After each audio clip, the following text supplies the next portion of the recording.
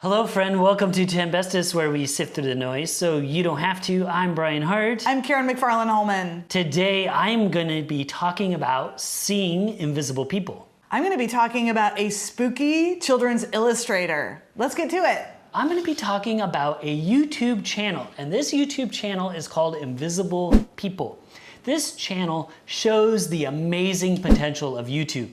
So it's more than cat videos. I know, I hate to say that. I love cat videos, and that doesn't mean I don't like them, but this is really the power of YouTube. It's a 501c3 nonprofit organization. It was founded in November 2008 by activist and former television executive Mark Horvath. So they describe it as they want to imagine a world where everyone has a place to call home. Each day we work to fight homelessness and give a face while educating individuals about the systematic issues that contribute to its existence. Through storytelling, education, news, and activism, we are changing the narrative on homelessness. So the way they're doing this is they interview people on the streets, homeless people on the streets all over the United States and other countries as well.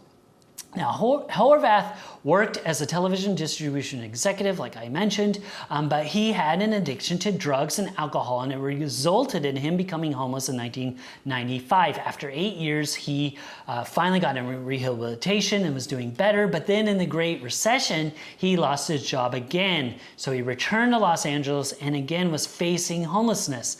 He recorded interviews with other homeless people on his flip cam and posted them on YouTube and Twitter, and Invisible People was born. It launched, it immediately resonated with so many people. He's, like I said, he's interviewed people in over 100 cities across the United States, Canada, and the United Kingdom. He gives homeless a face and a voice, which is often, you know, and hence the name Invisible People, because a lot of the times when you're walking by, you kind of pretend that they don't exist. Maybe you don't want to hear their story, but a lot of times these people are not homeless by choice. They're not just all meth heads or whatever. They have stories. They're real people that need help and want to do better. Check out Invisible People. I love that, taking a group that's not seen a lot, and when you put the stories to them, stories are so powerful, and to their faces, and it just brings so much empathy and understanding that is so needed. Yeah, absolutely. I mean, even for someone that tries to be empathetic and passionate, it is very easy to just either make up your own story about somebody that's homeless, especially when you, and homelessness is just a growing problem all around the United States, but here in our hometown and up in Portland, it's getting really bad, and people get frustrated, and I get it, but and it's easy to make excuses, or oh, they're all addicted to drugs, or they got mental health problems, and some people want to help, but they're still a little like, they will say, they come up with a story, but when you hear the story from that person's mouth, they're human, it changes everything. And what I really like is he'll do follow-ups. So he'll maybe interview somebody and then say, oh, here they are 10 years later, or it's, maybe not 10 years, a couple years. Some of them started their own YouTube channel themselves and given updates. Yeah, it's so heartwarming that, hey, this person now isn't homeless anymore. They're in college and they got a job, or they got a, it's so cool to see. Oh, I love it. Yeah, it's definitely a really, really endearing YouTube channel, and it shows that the YouTube is a powerful platform now, and there can be a lot of good things coming out of this, so it's really cool.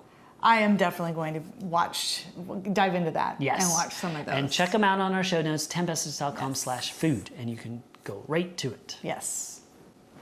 My cool sheet, I am going to be talking about an artist and an illustrator. I love this person. This is Edward Gorey, and it is not a coincidence that I waited till October to talk about him. Edward Gorey was a prolific illustrator, and he was also a writer, and I just found this out when I was doing research on him. He is a Tony Award-winning costume designer, but he is most famous for his illustrated books.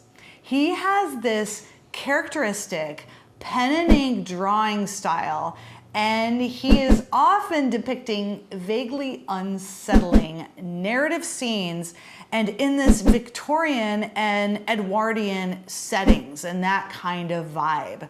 In 1963, he published an alphabet book. It was so grim, and it had this premise of this genre of making children feel comfortable or uncomfortable and inspiring them to learn. This genre was this macabre humor, and he really brought it to a whole new level. So here's his alphabet book. A is for Amy, who fell down the stairs. And the name of this alphabet book was the Gashly Crumb Tinies. So all this idea of the tinies were these little characters. And just that name, Gashly Crumb, you get the vibe there. So B is for Basil, assaulted by bears. And of course he has these pictures that go along with it. This is a children's book. C is for Clara, who wasted away.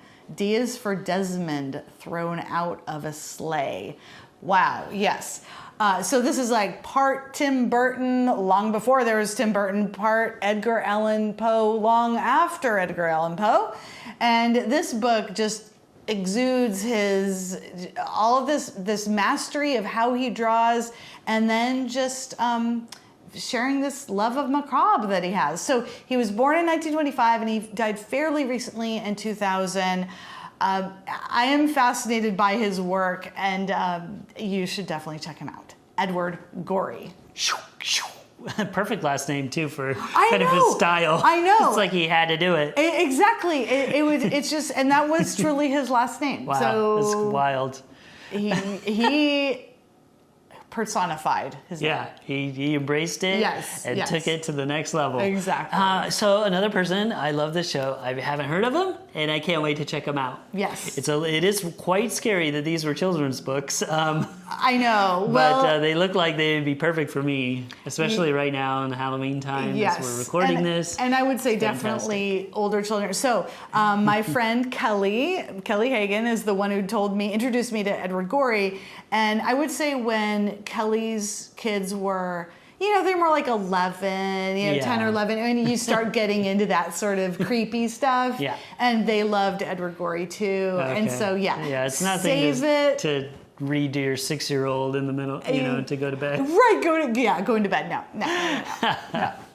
But I went with Kelly, went to this Edwardian ball in San Francisco, and cool. They had the stairs going up. They had these little vignettes, and they had little Edward Gorey pictures and stuff. It was really you got that dark vibe.